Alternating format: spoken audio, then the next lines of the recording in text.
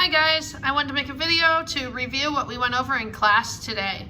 So, we went over how to find the area of a figure when it doesn't give us the length and the width, but it just gives us the squares in the middle.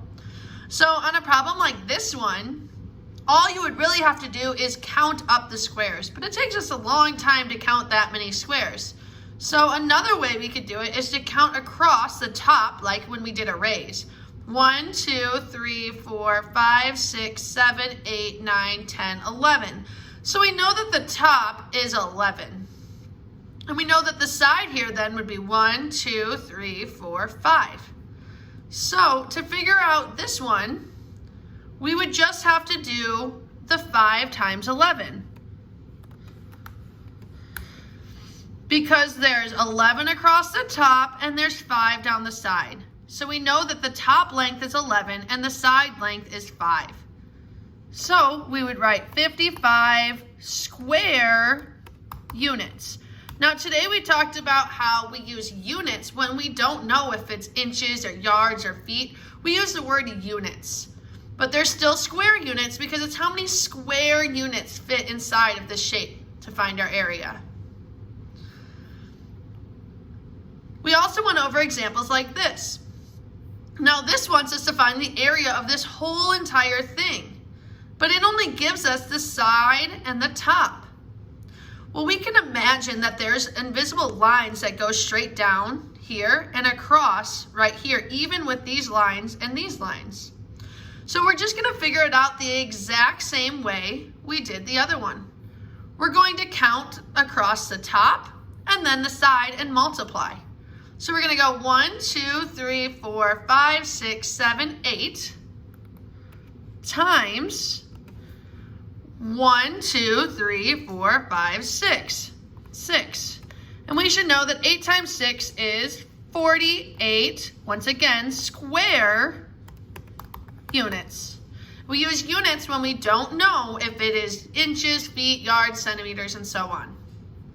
So to figure this one out, we multiplied the top length by the side length, the length times the width here, to get 48 square units.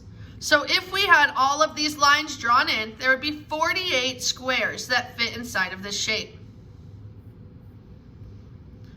This one's a little bit trickier because it just wants us to find the area of this middle part here. It doesn't want the entire rectangle here, but it just wants the purple part. So we can imagine that there's lines that go straight down and straight across here. And we can use the ones on top to help us. So we know right here there's 1, 2, 3. And on the side we have 1, 2, 3, 4. So we know that we need to multiply 3 times 4. So we're going to go 3 times 4. And we should know that 3 times 4 is 12 square units. Okay. So if I were to draw in the lines that go straight down right here and across right here, here, and here, there would be 12 squares in this purple rectangle. And lastly, we went over this question.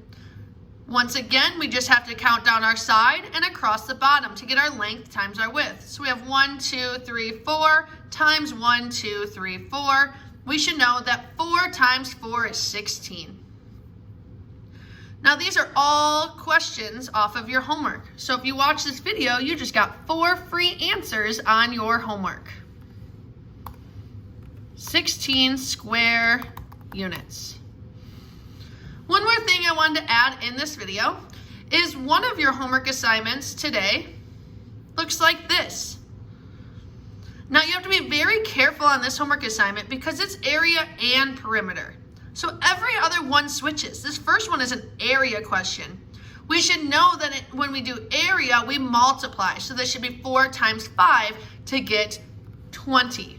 Once again, I'm giving you answers on your homework if you're watching this video. Now, it tells us up here that we don't need to put the square units or any labels on here, just to put the answer. Okay, now this question says that it wants us to find the perimeter of the shape. So like we did the rest of the week, we should know that since this is 7, this is 7, and since this is 6, this is 6. So we're going to add 6 plus 7 plus 6 plus 7. And I know that 6 plus 6 is 12, and 7 plus 7 is 14, and 12 plus 14 is 26. Okay, so please just make sure that you're going back and forth. This one's area, so we're going to multiply, and then this one's perimeter, so we're going to add all 4 sides. I hope this video helps with your homework today.